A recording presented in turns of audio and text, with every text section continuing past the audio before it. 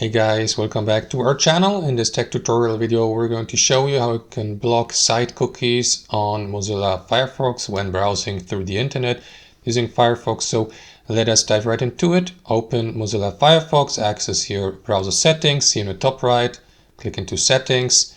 And here guys, switch from general to privacy and security. And under browser privacy, simply switch from standard to custom.